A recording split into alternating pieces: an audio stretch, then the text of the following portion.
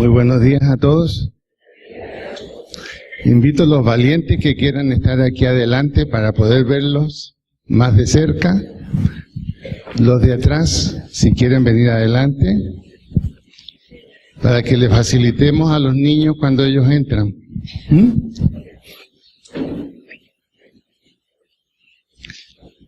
¿Qué estarán dando allá atrás, hombre? Para mí que están dando café. ¿Por qué se ha vuelto tan atractivo ahí? Nos alegramos de reunirnos en esta mañana.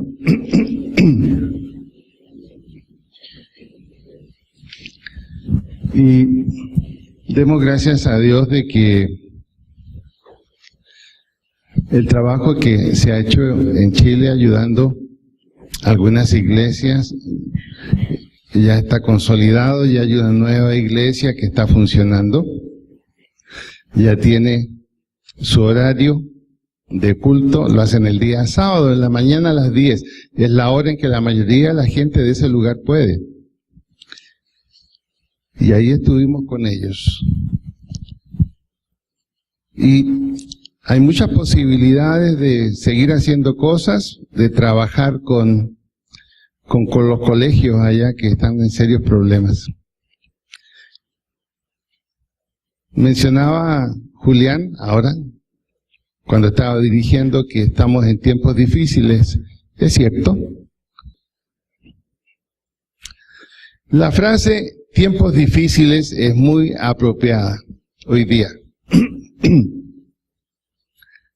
Y sobre todo, si miramos la situación de nuestro país, no es diferente a lo que está pasando en otras situaciones muy delicadas. Hay una fuerte preocupación en la Asociación de Pastores, en la nueva Junta, puesto que se asistió a una reunión, a la Confederación de Iglesias de Colombia, se reunieron en Pereira los representantes. Y las noticias que tuvimos, porque fueron los presidentes allá, es de que hay mucha preocupación y cierto malestar también en los pastores de la iglesia cristiana por la forma en que dos representantes del gobierno plantearon la metodología del posconflicto. Y la coincidencia es que realmente se distancia mucho de los preceptos bíblicos, de lo que debería ser la verdadera justicia, la verdadera paz, y cimentar las verdaderas bases de una buena convivencia. Por otra parte, hay preocupación por una carta muy fuerte, no sé cuántos de ustedes la han recibido, que también salió en El Espectador, del periodista Juan Gozaín, que cuando habla es muy franco. Es una carta que realmente ha producido no solo preocupación, sino también acuerdo. De manera que son situaciones bien complicadas las que están pasando. Y cuando miramos el continente, por ejemplo, uno de los pilares de la economía del continente americano, que es Brasil, está en una de las crisis más grandes que ese país ha tenido. El expresidente Lula, que fue una figura inmensa en el continente, está a punto de ser llevado a la cárcel. El pueblo exige la renuncia de la presidenta Dilma Rousseff. Nuestros vecinos de Venezuela, ni qué decir. ¿Cómo está la situación? En Perú otra vez hay problemas. Quieren rechazar a una candidata a la presidencia, la hija del expresidente Fujimori, porque tiene la mayoría en este momento. Ya hay conflicto. Argentina está tratando de salir de la mala situación y el propio Papa lamentablemente no tiene una buena visión del actual presidente de Argentina, porque hizo acuerdos de pago con la deuda que Argentina tenía. Centroamérica es un volcán, un pequeño volcán. Y si miramos Estados Unidos, todos dicen que Estados Unidos, si sigue así como están las candidaturas a la presidencia, va a una catástrofe. El propio presidente sale y dice, por favor, no queremos de ninguna manera a Donald Trump como presidente de Estados Unidos. Pero sin embargo, la gente, ¿qué está haciendo? Lo queremos. ¿Qué irá a suceder? No sabemos. Y Chile, también con muchos problemas. Decadencia, corrupción, cuestionamientos. El mundo está convulsionado. Lamentablemente es así. Pero no es primera vez que sucede una cosa así. La Biblia habla de los tiempos difíciles. Y queremos tomarnos unos 2 domingos para hablar sobre ese tema. Viviendo en tiempos difíciles. ¿Cuál debe ser la posición del creyente? No de la iglesia, porque la iglesia es una organización. ¿Cuál debe ser la posición del creyente en la situación difícil? Hay un libro que nos habla bastante sobre este tema en la Biblia, y es el libro de Habacuc, en el Antiguo Testamento.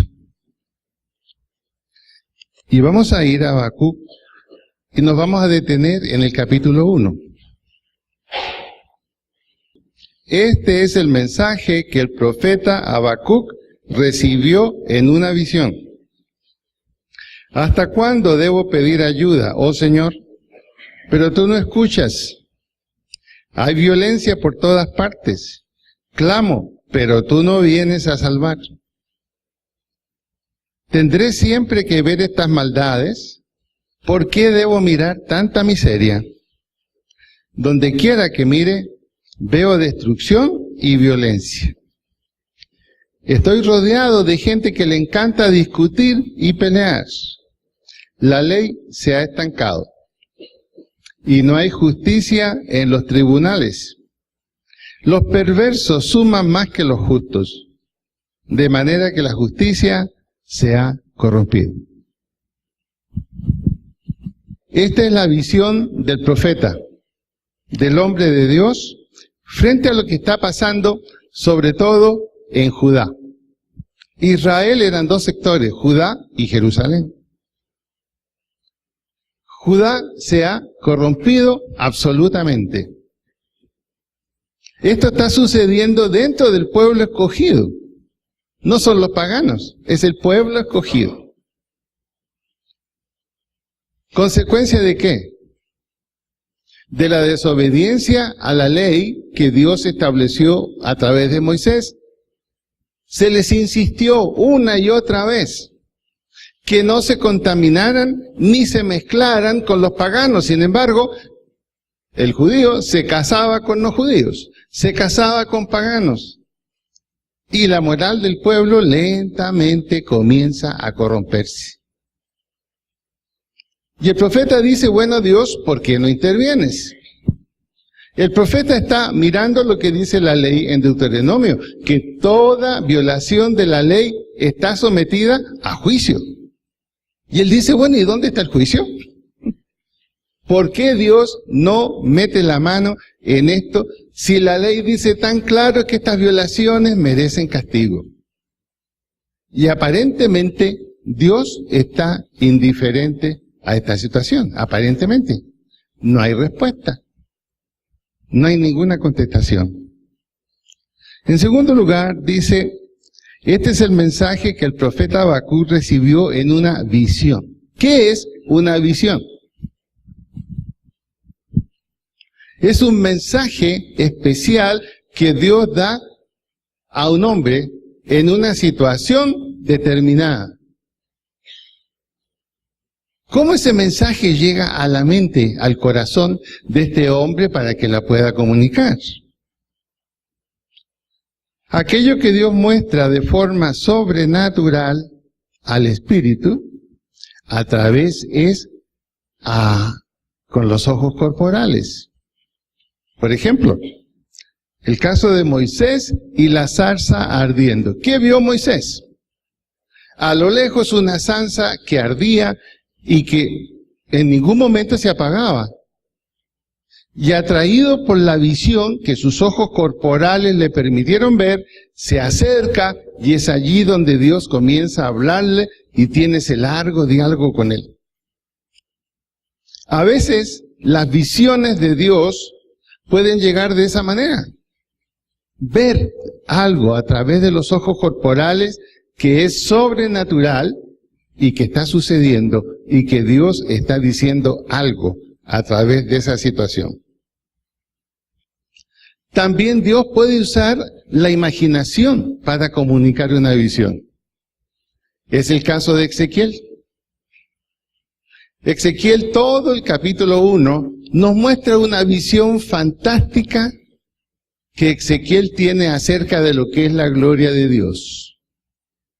Ve seres vivientes, no con sus ojos corporales, con su imaginación. Estos seres corporales que se identifican luego como serafines, ve la gloria de Dios manifestada, rueda en medio de rueda, ángeles que vuelan de un lugar a otro, y él queda extasiado de esa visión de la gloria de Dios. También Dios puede enviar una visión simplemente a través de la inteligencia del hombre de Dios o de la mujer de Dios. Es el caso de Daniel. Daniel recibe un mensaje de parte de Dios en que le dice: escribe, Daniel, porque te diré lo que va a suceder de aquí hasta que todo termine. Y Daniel comienza a entender que lo que Dios le está diciendo es: mira, explica esto porque la historia mía se va a realizar a través de 70 semanas. Y Daniel comienza a entender en su inteligencia que esta semana es semana de años. Y Dios le comienza a mostrar cómo se va a desarrollar el futuro en el tiempo y cuáles son los eventos que van a calzar en ese tiempo. Dios puede también darte una visión a través de la inteligencia que Él te ha dado. Comprender lo que es difícil de comprender. Los teólogos le llaman a esto la iluminación del Espíritu Santo. Que en determinado momento tú no entiendes y no comprendes nada de lo que está pasando. Y repentinamente Dios aclara tu mente, usa tu inteligencia y tú comienzas a colocar cada cosa en su lugar. Y comienzas a decir: esto es lo que Dios me está mostrando. Hacer o no hacer. Comunicar o no comunicar. Sin embargo, cuando nosotros vemos las profecías de Dios manifestadas a través de visión, de cualquier manera, ¿cómo saber que son de Dios? ¿Cómo entender qué es lo que Dios quiere decirte? En primer lugar, las visiones de Dios, los mensajes de Dios, llevan una marca que las hace conocibles. ¿Cuáles son esas marcas? En primer lugar, muestran sabiduría. Es decir, un paso más allá de lo inteligente. Lo que la inteligencia no alcanza a comprender, la sabiduría se manifiesta. Segundo, pureza. Es pureza, la visión es pura, es clara, no es ni maliciosa ni atenta contra la moral. Es verdadera, refleja el carácter de Dios, tal como Dios se ha manifestado en las Escrituras, en la Biblia.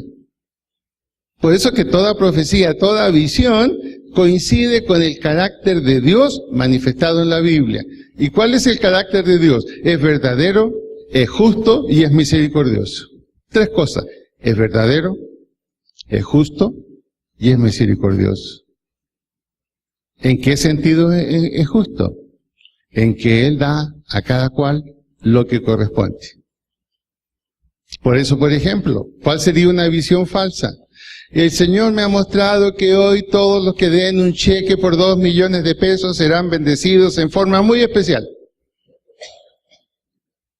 Eso no es de Dios, de ninguna manera. no refleja pureza, no refleja verdad, porque en ninguna parte de la Biblia dice que la bendición depende de la cantidad de dinero. Solo dice el diezmo y nada más.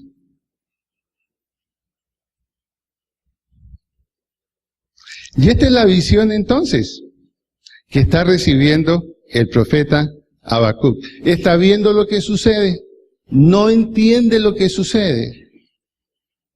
Por eso él dice, bueno, ¿hasta cuándo va a suceder esto? Pido ayuda y no pasa. ¿Es que tú eres un Dios indiferente? ¿Eres un Dios que no te importa el mal? Y luego Dios le va a responder inteligentemente y el profeta va a entender cómo lo vamos a ver.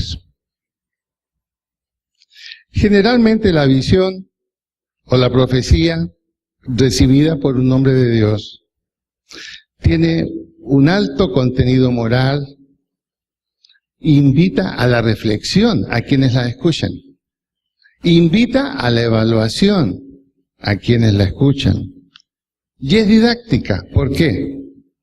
Porque enseña en cuanto a los acontecimientos presentes, los acontecimientos próximos y los acontecimientos futuros. Es decir, cuando Dios da una visión o una profecía, algo va a suceder próximamente o en el futuro. Eso para que tengamos claro qué es una visión. Veamos ahora el contenido que tenemos aquí. La Biblia le llama la queja de Habacuc. ¿Hasta cuándo debo pedir ayuda, oh Señor, pero tú no escuchas? Ese es el problema que tiene el profeta. ¿Cómo entender a un Dios indiferente? Aparentemente. Habacuc está comparando a Dios, el Dios que se manifestó, por ejemplo, en Egipto cuando el pueblo de Israel estaba allí esclavizado. No fue un Dios indiferente. Lo que sí Habacuc seguramente piensa, ¿será que tengo que esperar 400 años como tuvimos que esperar en Egipto? En Egipto, el pueblo clamó por 400 años. Y Dios no hizo nada. Aparentemente, como que no le importaba la situación. Y lo que le costó entender a Moisés cuando Dios habla con él, es que Dios le dice, ¿sabes una cosa? He escuchado el clamor de mi pueblo. Seguramente Moisés dijo, pero ¿cómo? 400 años y ahora dice, he escuchado. He decidido actuar. Aquí va a entender Habacuc que los tiempos de Dios no son nuestros tiempos. Y que Dios, cuando actúa, actúa en el tiempo de Él, en el tiempo que Él ha establecido. La sabiduría de Dios entonces aquí está cuestionada. ¿Es sabio permitir que el mal avance? Imaginémonos a Dios en este momento frente al mundo. Él podría meter su mano y corregir todo en un segundo. La pregunta es, ¿por qué no lo hace? ¿Por qué permite que el mal aumente? Dice la Biblia que Él abre los cielos para que llueva y los cierra para que no llueva. ¿Por qué los cierra? Él podría abrirlos. ¿Por qué permite que en La Guajira los niños mueran por desnutrición? ¿Acaso Dios no tiene compasión por los niños? ¿Por qué Dios permite, como se decía en la televisión ayer, primera vez que llega a La Guajira un médico graduado? ¿No parece increíble? Y allá también hay personas cristianas que estarán haciéndose la misma pregunta. Señor, ¿y no ves nuestro dolor? ¿No ves nuestra necesidad? ¿Por qué no intervienes? Así está el profeta, mirando esta situación. Y dice, ¿qué pasa con esta inactividad de Dios? Y le pregunta directamente, en el versículo 2. ¿Qué pasa que tú no vienes a salvar? ¿Por qué no salvas?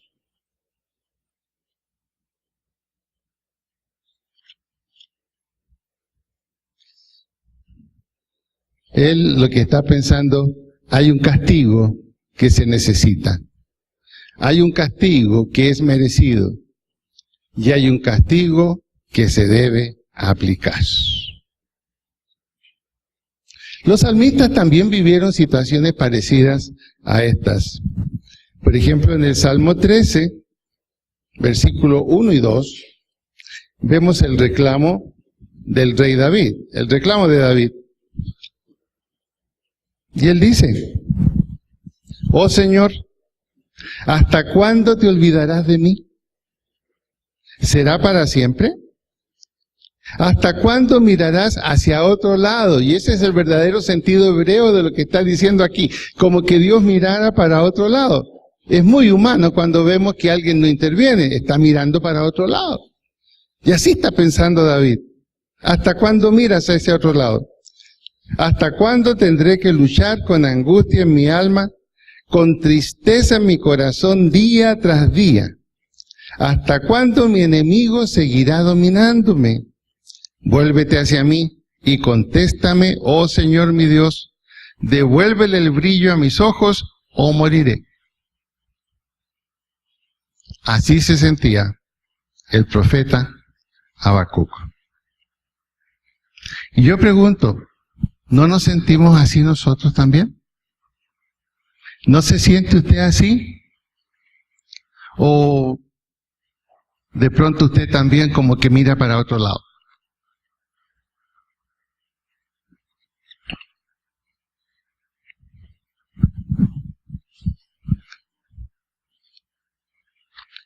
Y el profeta sigue expresando sus preguntas. En el versículo 3, él resume 4 palabras para lo que siente y para lo que piensa. Tendré siempre que ver estas maldades, ¿por qué debo mirar tanta miseria donde quiera que mire? Veo destrucción y violencia, estoy rodeado de gente que le encanta discutir y pelear. Son 4 palabras que podemos resumir ese versículo. Violencia, iniquidad, molestia y destrucción. Y él dice, ¿por qué tengo que ver constantemente esto delante de mí? Esta es la sociedad de Judá. Pueblo escogido, conocedor de la voluntad de Dios. Quienes poseen la ley dada por Moisés. Ahora, si esto sucede en el pueblo escogido, ¿tendría que extrañarnos lo que sucede en los no creyentes? No tendría que extrañarnos. Hay maldad, hay malicia, opresión de todo tipo sobre el prójimo. Lo vemos nosotros en el mundo. ¿Dónde está la maldad? ¿Dónde está la malicia y dónde está la presión sobre el prójimo? Países ricos como Venezuela, llevados a la quiebra por la corrupción, la opresión, el robo, la violencia. Zonas ricas como La Guajira, los mejores depósitos de sal.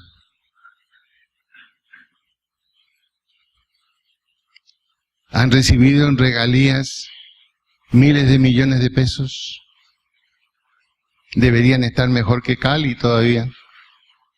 ¿Pero qué ha pasado? Violencia, iniquidad, corrupción, destrucción. Lo que estamos sufriendo hoy, el riesgo de un apagón. Habiendo recibido las instituciones dinero de sobra para tener las mejores productoras de energía. Y ahora comienzan a fallar y la gente pregunta, ¿y el dinero que dimos para que las mantuvieran al día? ¿El dinero que se dio para que las repararan? Para que estuvieran listas para cualquier emergencia, y resulta que ahora una a una está comenzando a fallar. Y ahora estamos con el riesgo de que la que funciona a carbón y que es responsable del 10% de la energía de Colombia, por un problema del sindicato, se pare. ¿Pero por qué se quiere parar el sindicato? Porque los trabajadores están cansados de ver tanta corrupción. Y se está sufriendo. Cuando miramos, por ejemplo, que a nivel global decae la autoridad y aumenta el autoritarismo. Decisiones que pasan por encima de todos los canales y los filtros que establece la ley. Mirábamos nosotros hacia Argentina cuando estaba Cristina Kirchner, mirábamos hacia Venezuela, mirábamos hacia Nicaragua, y resulta que ahora también tenemos que mirar aquí.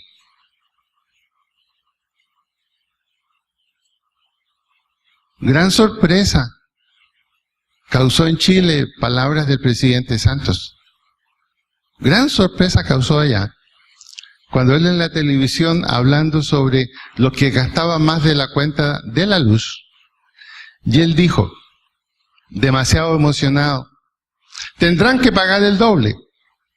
Y se olvidó que eso tiene que decirlo un poder judicial. No es él, era como escuchar al presidente Maduro.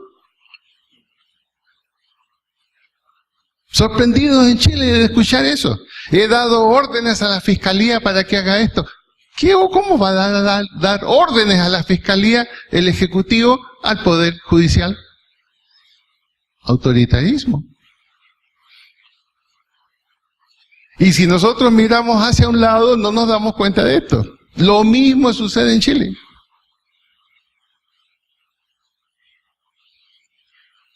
La presidenta con la nueva mayoría sacó adelante el proyecto Universidad Gratis para Todos, y ahora están viendo cómo lo van a financiar.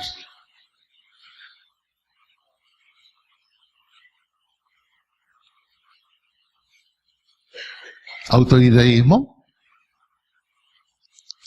Ya no hay diferencia entre los poderes que manejan el Estado.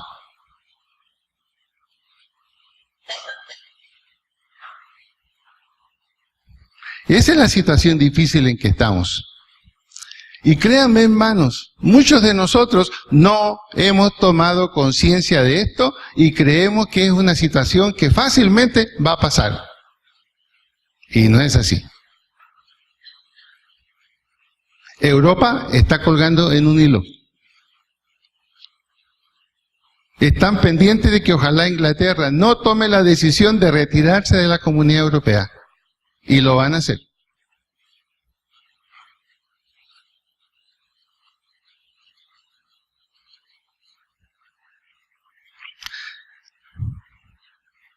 Entonces, mirando esa situación, la misma que vemos nosotros, pero el profeta mirándolo en el pueblo escogido, en Judá, no entiende. No entiende. Dios, ¿qué pasa? ¿Cómo permites esto? ¿Cómo permites esto? Y aparentemente Dios está completamente en silencio. Y la palabra clave de su lamento, y no salvarás. Si mira la Biblia, no aparece como una pregunta, ¿salvarás? Se convence por el silencio de Dios que la respuesta es no salvarás. Aquí, hasta aquí llegamos.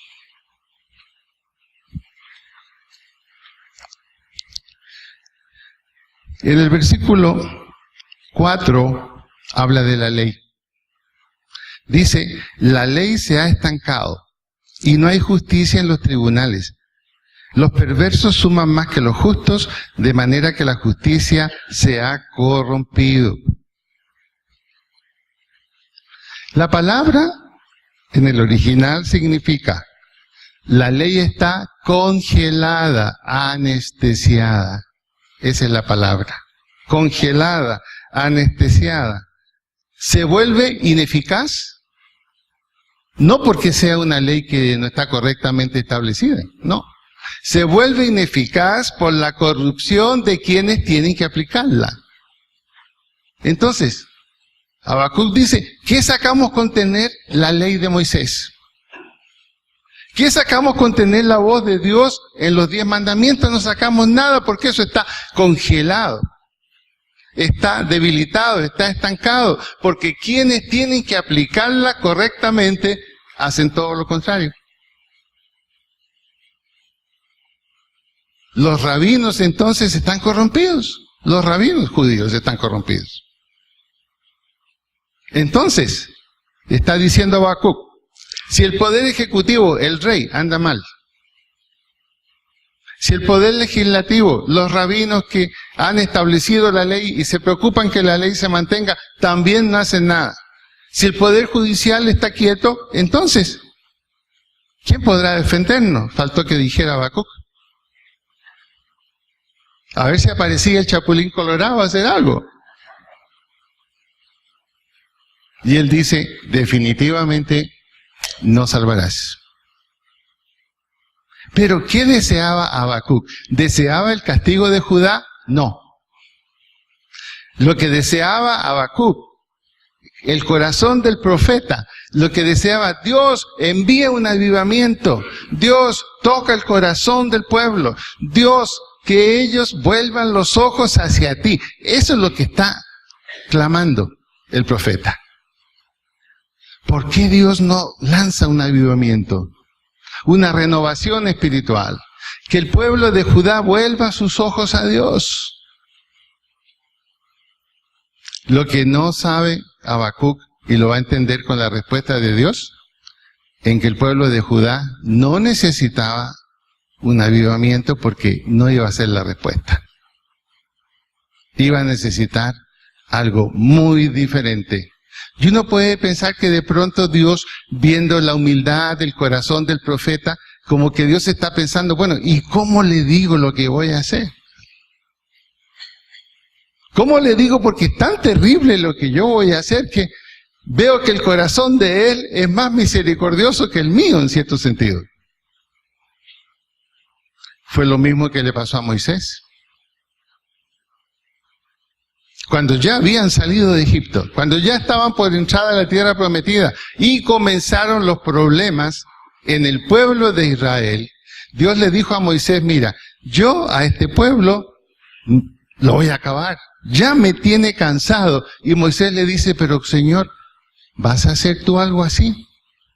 Después que lo sacaste de Egipto, después que mostraste tu misericordia a los ojos de todo el mundo. Y vas a acabar ahora al mismo pueblo que tú salvaste. Ese no es tu carácter. Ese no es tu carácter.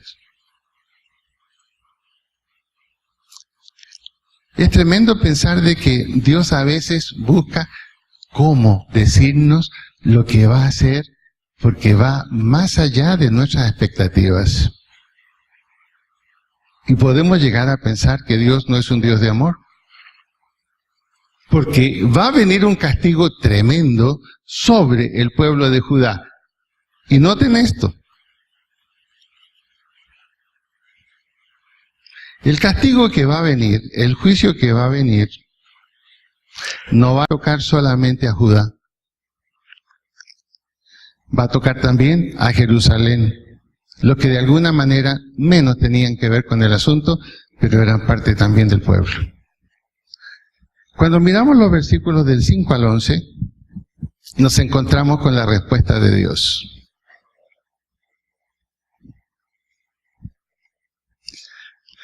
Dice, el Señor respondió, observen las naciones, mírenlas y asómbrense. Pues estoy haciendo algo en sus propios días, algo que no creerían, aun si alguien les dijera. Acuérdense que estamos leyendo una traducción mucho más adecuada, pero son los versículos del 5 al 11. Habacuc, claro. Estoy en el versículo 6, de 1:6. Estoy levantando a los babilonios, un pueblo cruel y violento. Marcharán por todo el mundo y conquistarán otras tierras. Y esto fue verdad en la historia del pueblo de Israel. Y aún en la historia universal. Los babilonios, que también se llamaban los caldeos, también se les daba ese nombre, se les llamaba caldeos, aludiendo al carácter que tenía esa gente. Eran supremamente violentos, agresivos, fuertes, crueles. Bien puesto estaba el nombre caldeos, pero eran los babilonios. El pueblo de Israel sufrió 2 veces a mano de los babilonios. Versículo 6. Estoy levantando a los babilonios, un pueblo cruel y violento. Marcharán por todo el mundo y conquistarán otras tierras. Y eso fue lo que hicieron, eran terribles. Eran terribles los babilonios. Versículo 7. Son reconocidos por su crueldad y hacen lo que se les antoja. Nadie podía someterlos a nada. Acababan con los pueblos. Sus caballos, era el gran poder de los babilonios, sus caballos son más veloces que los leopardos y más feroces que lobos al anochecer. Así eran los soldados babilónicos, feroces como lobos al anochecer. ¿A qué alude? Que los lobos durante el día pasan con hambre porque no pueden salir. Los otros animales se les escapan. Entonces los lobos cazan de noche. Y como están hambrientos, cazan lo que sea. Y cazan lo que haya. Nada los detiene. Miren el carácter de los babilonios. Si lo aplicamos a nuestros días, podríamos decir, escuchen, iglesia cristiana, Dios responde, nos diría, he levantado y voy a levantar un pueblo con las características de los babilonios, pero se llama ISIS. Son crueles, perversos, fuertes, no se detienen ante nada y arremeterán contra todo el mundo. ¿Está pasando o no está pasando? En Alemania no saben qué hacer con los adolescentes que toman la fe musulmana y se involucran con estos grupos. ¿Han leído? Nadie entiende por qué pasa eso. Siria está destruida. Está destruida por tratar de luchar contra ISIS.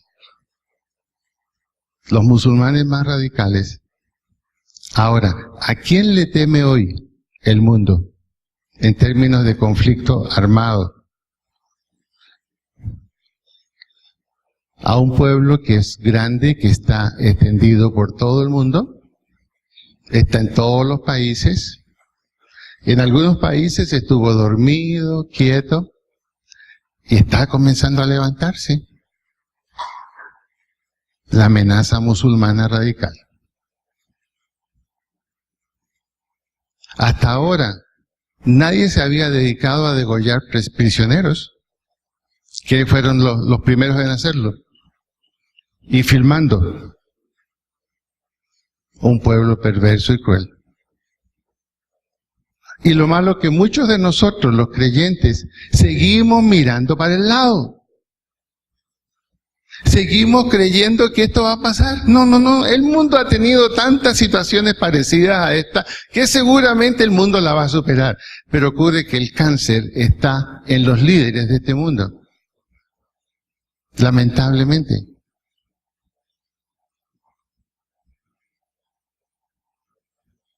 Por ejemplo, y aprovecho de decirles, ¿por qué razón centralizamos la Santa Cena en el Jueves Santo?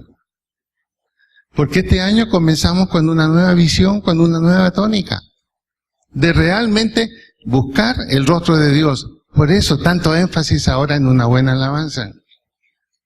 En buscar el rostro de Dios en la vida de los jóvenes. Por eso el culto del día sábado. Lo que se está haciendo con los niños. Y en cuanto a Semana Santa, tenemos que entender de una vez por todas, respetando ciertas excepciones que a lo mejor por empleo es su único tiempo. Pero hermanos, Semana Santa no son vacaciones. No encuentro eso en la Biblia. Por lo tanto, disponer para Dios de una semana al año.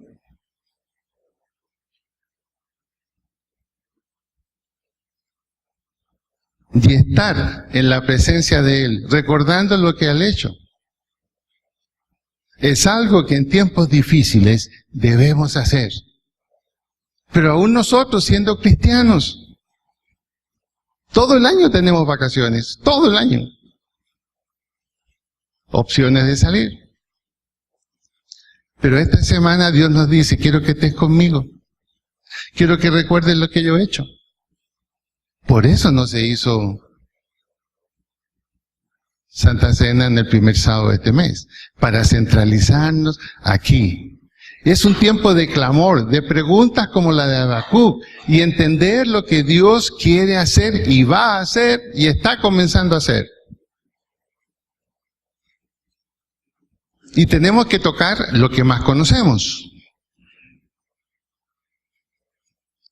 Aunque a algunos les guste o no les guste, el proceso de paz va a su más profundo fracaso. Créame. Porque las propias FARC dijeron, no iremos a los lugares de concentración porque no estamos de acuerdo con eso. Y el presidente ahora dice, pero ¿cómo si eso lo firmamos en La Habana? No firmaremos el 23, pero si eso lo firmamos el año pasado. Nos dimos la mano con Timochenko y Raúl Castro puso sus manos y bendijo ese acuerdo.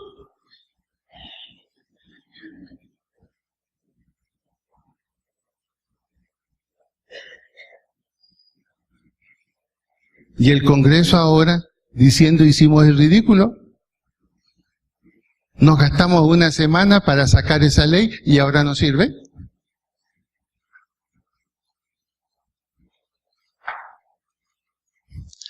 Hay que ponerse a pensar en lo que está pasando.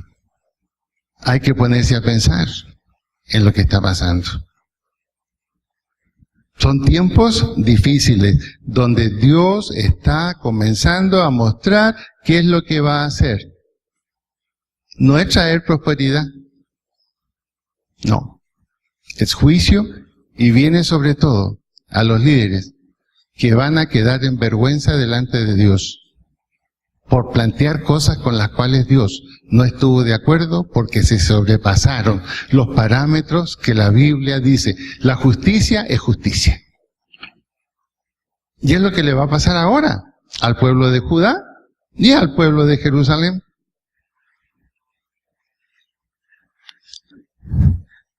Sigamos en Habacuc capítulo 1, versículo 9. Vamos hacia la conclusión. Dice, vienen sin tregua. Es decir, no van a detenerse. Y Habacuc está escuchando eso. Decididos a la violencia. Sus multitudes avanzan como el viento del desierto, barriendo cautivos a su paso como si fuesen arena. 10. Y sabe, lea con cuidado el 10. Dice, se burlan de reyes y príncipes y menosprecian todas sus fortalezas. Simplemente hacen rampas, terraplenes, de tierra contra las murallas y las toman por asalto. Esto fue lo que hicieron los babilonios. Era su conducta. Arrasaban todo a su paso. Iban pisando por todo lo que destrozaban. Y con lo que destrozaban hacían terraplenes para elevarse hasta el nivel de las murallas de una ciudad y conquistarla y tomarla. Pisaban sobre cuerpos muertos. Esa era la crueldad de este pueblo. No les importaba nada. Y uno dice, ¿y ese tipo de juicio Dios va a traer sobre su pueblo escogido? Ahora, si ese tipo de juicio lo trajo sobre Judá y Jerusalén, ¿qué traerá sobre los incrédulos entonces? Lo que dice Apocalipsis, fuego que caerá del cielo, como sucedió en Sodoma y Gomorra.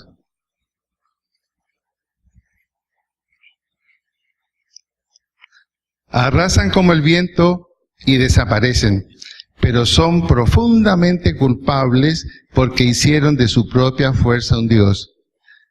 Dios le dice a Habacuc, mira, este es el juicio que yo traigo, voy a usar este pueblo, pero no te preocupes, porque también los voy a enjuiciar a ellos por ser de esta manera. Y el imperio babilónico desapareció de la faz de la tierra, de la historia. No quedaron rastros, excepto sus construcciones, los jardines babilónicos, y paradojalmente, esos mismos jardines babilónicos, esas maravillas de la historia, son las que Isis destruyó una por una. No quedó nada.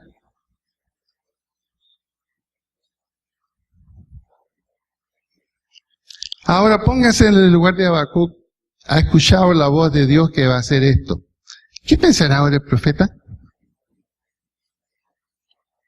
Opción 1. Mejor me hubiera quedado callado. Y esperar nomás a ver si Dios se compadecía. Lo que Dios le está diciendo a Habacuc es, tú estabas preocupado porque la ley había sido violada y yo no había dado un castigo. Ahí está el castigo. El que a hierro mata, a hierro morirá. El que roba tendrá que pagar. Pero hay una pregunta que se hace a Habacuc. Señor, ¿y por qué vas a usar al malvado para corregir las cosas? Es la pregunta del profeta. ¿Por qué vas a usar al malvado para corregir las cosas? Y él va entendiendo que el Dios de él es el Dios que cuando desea da explicaciones. Cuando no lo desea, simplemente comunica.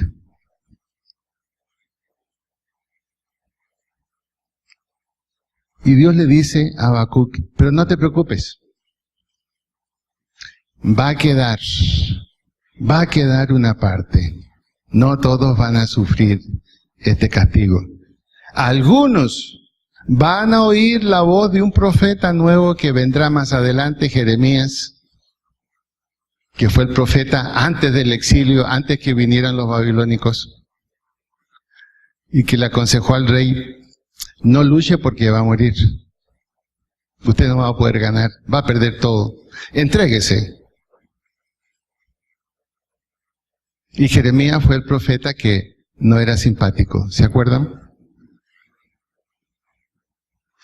Y gracias a la voz de Jeremías, alimentar la fe del pueblo, un remanente aceptó y se fue al exilio. Pero luego ese remanente fue protegido y volvió. ¿Cuál debe ser entonces nuestra actitud en los tiempos difíciles? Número 1, confianza absoluta en lo que dice la Biblia. Nadie se engañe, Gálatas. Dios no puede ser burlado. Todo lo que el hombre sembrare, creyente o no creyente, eso es lo que cosechará. Es decir, la justicia no ha dejado de existir en este universo porque Dios está a cargo de todo. Segundo lugar, la iglesia está llamada a ser una voz profética en los tiempos difíciles. Estamos llamados a comunicar lo que la palabra de Dios dice. Estamos llamados a advertir. Estamos llamados a pedir que vuelvan al arrepentimiento. Tenemos que hacer eso. La prueba de esto, ¿cuál es? Este martes tendremos un foro. Los pastores y ciertas personas que estamos invitados para reunirnos con una persona delegada del gobierno que viene. ¿Y cuál es la intención de esa reunión? Decirle clara y llanamente qué pensamos sobre la situación de Colombia, a la luz de la Biblia. Estamos llamados a eso. Ahora, ¿que se perderán relaciones? Sí. Muchos ahora quieren ser consejeros de paz porque piensan que el gobierno lo va a financiar. Pero hacer paz, ¿de qué manera? ¿De qué manera podía Habacuc decirle al pueblo, hagan la paz? No había paz. Y en tercer lugar, estamos llamados a tener tiempo con Dios en los tiempos que Dios ha establecido. Se los digo de todo corazón, sin un criterio de imposición, pero llamando a que reflexione. Esta Semana Santa es crucial de que el pueblo de Dios esté donde debe estar. Esté donde debe estar. Son tiempos muy difíciles. Muy difíciles. Y allí debemos estar, no solo preguntándole a Dios por qué no actúa, sino entendiendo que Dios ya está comenzando a hacerlo. Nuestra labor es ser sal y ser luz.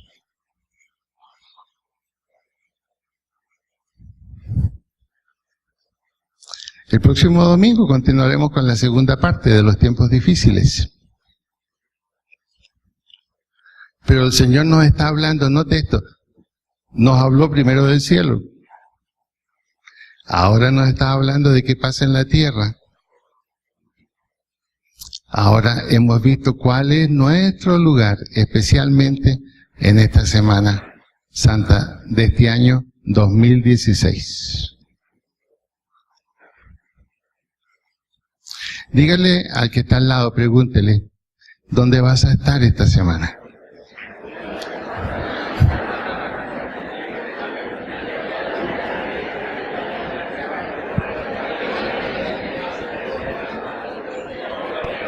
Lo invito a que nos pongamos de pie.